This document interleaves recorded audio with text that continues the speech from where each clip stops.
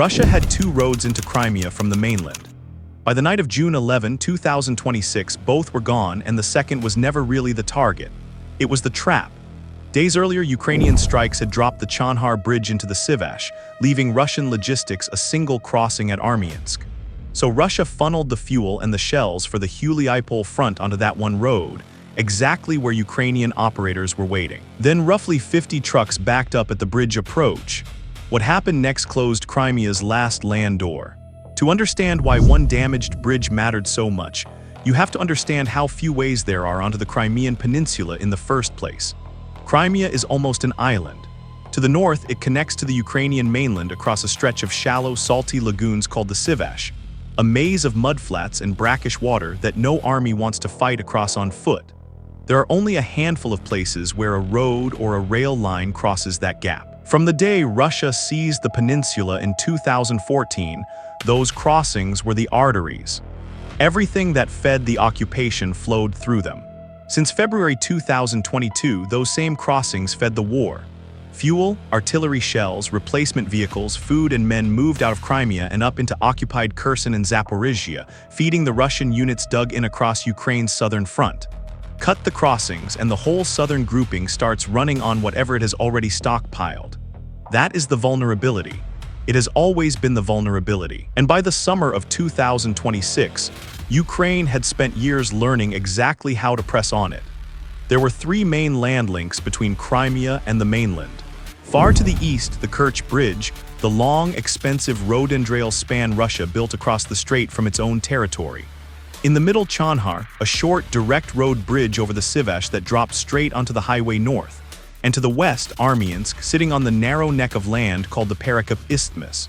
Kerch was heavily defended and far from the fighting, for the units holding the line in the south. The two crossings that mattered day to day were Chonhar and Armiansk.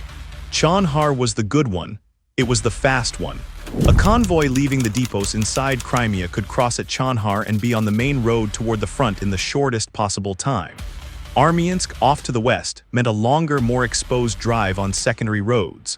Given the choice, Russian logistics officers picked Chonhar every time, which meant that if you were Ukraine and you wanted to know where the trucks would be, you started by taking Chonhar away. This was not a single lucky strike. It was the latest move in a campaign that has gone on for years. Ukraine chipping at these crossings again and again, forcing repairs, forcing detours, forcing the occupation to pour resources into keeping two bridges standing. Chonhar had been hit before. It had been patched before. What changed in June 2026 was that Ukraine hit it hard enough, and twice, to take it out of the equation entirely. On June 7, Ukrainian strikes came down on the Chonhar Road bridge over the Syvash. 2 days later, on June 9, they came again. When the smoke cleared, the span was critically damaged and by every Ukrainian account, impassable to heavy traffic. The short road out of Crimea was closed, and every logistics officer south of the line now faced the same unpleasant arithmetic. The units they were feeding were not sitting quietly.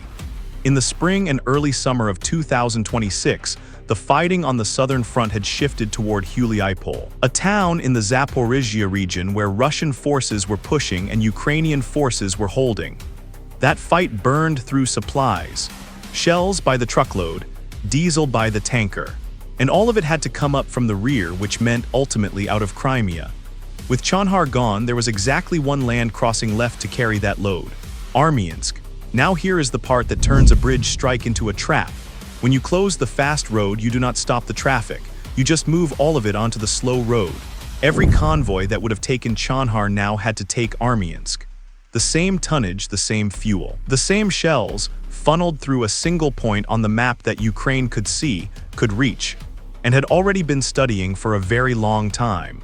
A Ukrainian operator does not need to find the enemy if the enemy has only one place left to go. The force that closed the trap was not a single unit. It was a package. The lead element was the first separate assault regiment named for Dmytro Kotsiubalo, better known by his call sign, Da Vinci, a Ukrainian commander who fell in 2023 and whose name the regiment now carries. Alongside them worked the 475th Separate Assault Regiment. And running the deep end of the operation was the Special Operations Center of the SBU, Ukraine's security service, the element publicly known as Alpha. These are not conscript formations. They are among the most experienced strike and special operations troops Ukraine fields. What tied them together was something newer. The whole operation was coordinated through a joint center the Ukrainians call Falanga, a multi-domain hub whose job is to fuse the pieces that used to fight separately. Reconnaissance, electronic warfare, deep strike drones, and the assault units on the ground, all reading from the same picture at the same time. A convoy near Armiansk is not a target for one operator with one drone. It is a target for a system. Falanga is the name for that system working as one. That fusion is the quiet revolution of this war. 5 years ago, spotting a convoy and striking a convoy were two different problems handled by two different chains of command, often too slowly to matter. By 2026, a Ukrainian multi-domain center could watch a column form, decide it was worth a strike, and put a long-range drone onto it in the same night. The trucks at Armiansk were about to learn what that compression of time actually costs. 3 days before the strike, the picture was already building. Ukrainian reconnaissance watched the traffic pattern shift. With Chonhar down, the flow west toward Armiansk thickened. More trucks more often on a road that had been secondary and was now the main line. To an analyst reading the imagery, it looked exactly like what it was, an entire logistics stream being squeezed through a hole too small for it. That is the setup for a jam. A crossing has a certain capacity. It can only pass so many vehicles per hour. When you dump the traffic of two crossings onto one, and that one is a bridge that has to be crossed carefully, the trucks start to stack up on the approach. They wait, nose to tail.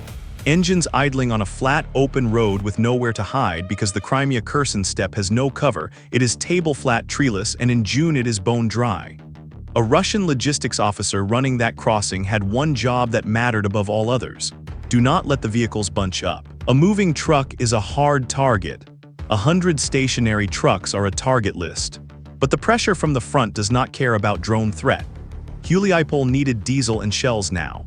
So the trucks kept coming and the approach to the Armiansk bridge kept filling, and somewhere in a Ukrainian operations room the picture kept sharpening.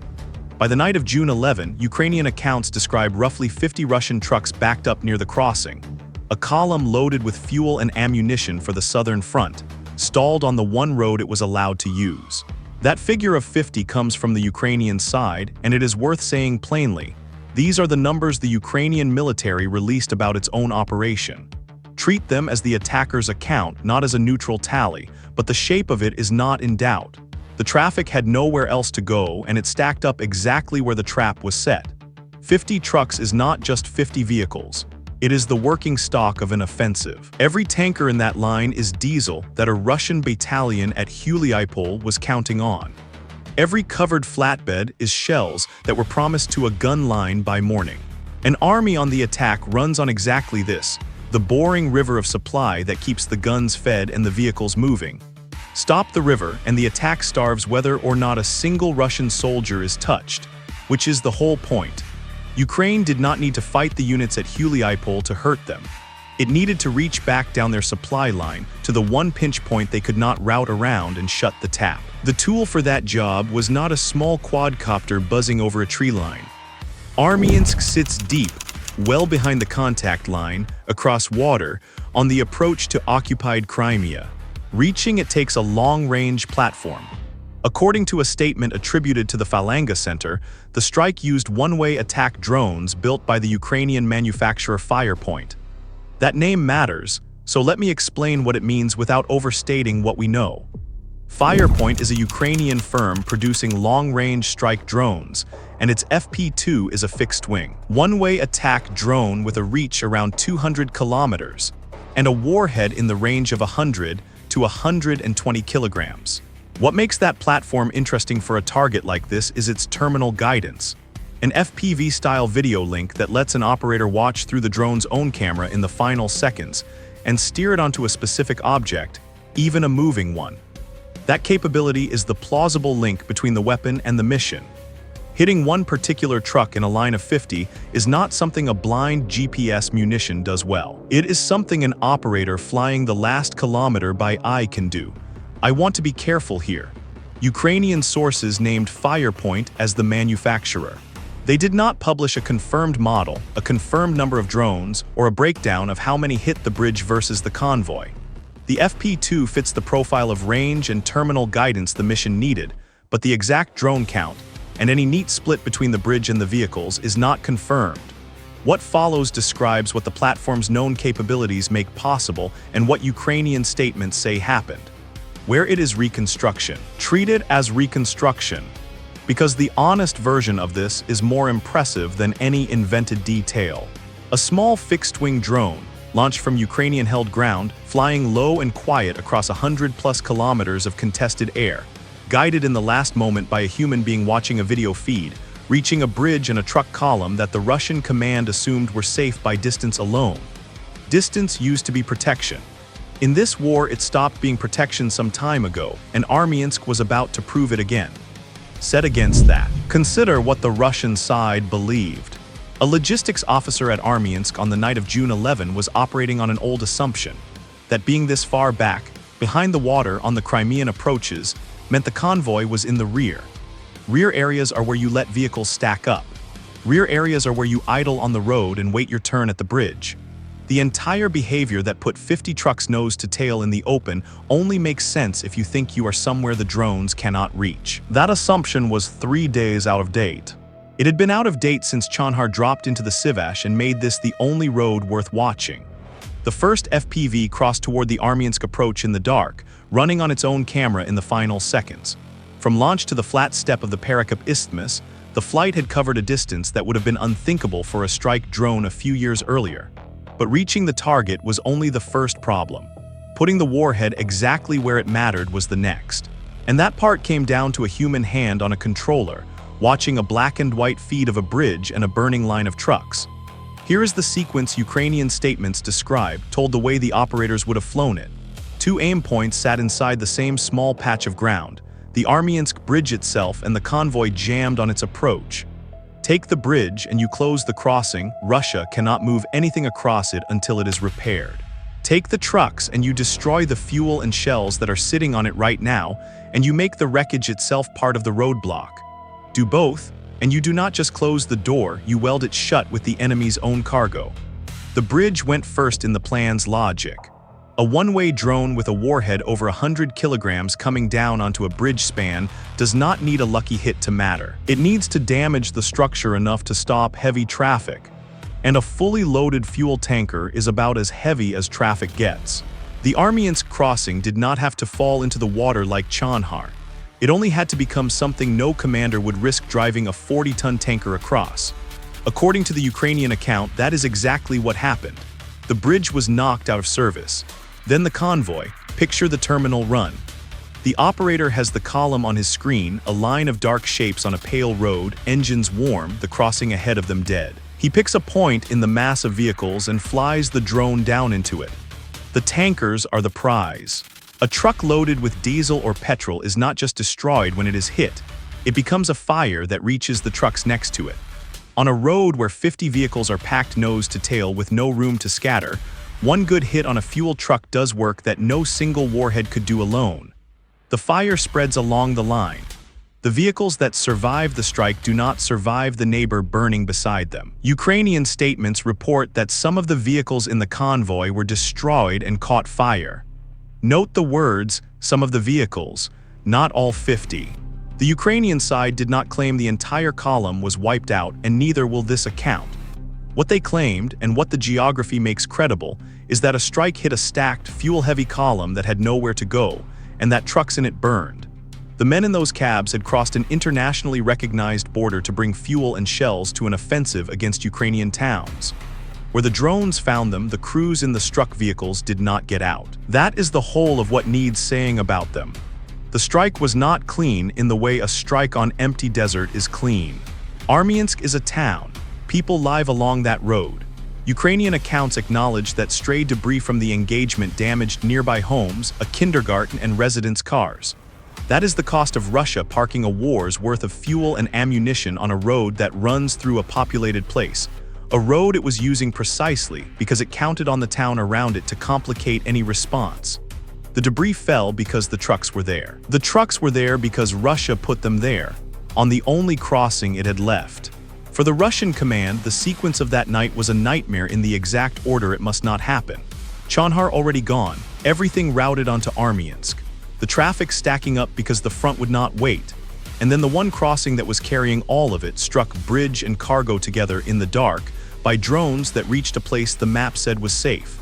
Now the payoff line the operators had been building toward for days. Ukrainian statements described the Armiansk crossing as completely paralyzed, knocked out so thoroughly that no repeat strike was judged necessary. One pass and the road was closed. But paralyzing one bridge was not the achievement.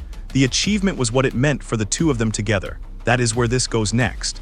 Step back from the single night and look at the map the way a Russian planner had to look at it on the morning of June 12. Kerch far to the east, still standing but far from the fight and never meant to carry the day-to-day tonnage of the southern front. Chonhar, the fast road, critically damaged since June 9 and impassable. Armiansk, the last working land crossing, now reported paralyzed after June 11. 2 of the 3 land links into Crimea damaged inside 5 days, and the one that had been carrying the entire load taken offline the moment it became indispensable. That is the difference between hitting a target and dismantling a system. Anyone can damage a bridge. What Ukraine did over those 5 days was sequence the strikes so that each one made the next one worth more. Close Chonhar and Armiansk becomes the only road, which makes the traffic on it predictable, which makes the jam inevitable, which makes the convoy strike possible. Every step set up the one after it. By the time the drones reached Armiansk, the trap had been closing for days, and the Russians had no confirmed timeline for repairing either crossing. A damaged bridge on a flat, exposed approach that Ukraine has now demonstrated it can reach is not a quick fix. Repair crews have to work in the open, on a target Ukraine has every reason to keep watching. Every day the crossings stay down, the units at Huliaipole run further into their reserves. Which brings us back to those units, and to the real point of the whole operation. The fight at Huliaipole did not stop because a Ukrainian drone reached Armiansk. But the fuel and the shells that fight needed just got harder to deliver, routed onto damaged crossings, delayed at repair sites, exposed on every kilometer of a supply line that used to be safe. An offensive is not just soldiers and guns. It is the boring river of supply that keeps them fed. Ukraine reached back down that river, past the front, past the reserves, to the one narrow place it all had to pass, and pinched it shut. The refueling points at the front received less than they were promised. Half a load of diesel is not a counterattack. A gun line that gets 2/3 of its shells fires 2/3 as often. None of that shows up as a dramatic explosion on the map. It shows up as a Russian push that runs slower, reaches less far, and costs more week after week because the supply behind it keeps arriving late and light. There is a broader lesson in this night, and it is the one Russia has spent this whole war refusing to learn. Crimea was supposed to be the fortress. In 2014, it was the starting point of the invasion, the safe rear, the unsinkable base, the place from which everything else would be supplied. For years that held. But the peninsula that is almost an island has always had the same weakness. Only a handful of ways on and off, every one of them a bridge, every bridge a target. What used to be Crimea's strength, its isolation, is now the noose. There are only so many roads to cut. Remember where we started. Russia had 2 roads out of Crimea toward the southern front, and it treated the loss of the fast one as an inconvenience to be routed around. That was the mistake. The second road was not a fallback, it was the funnel.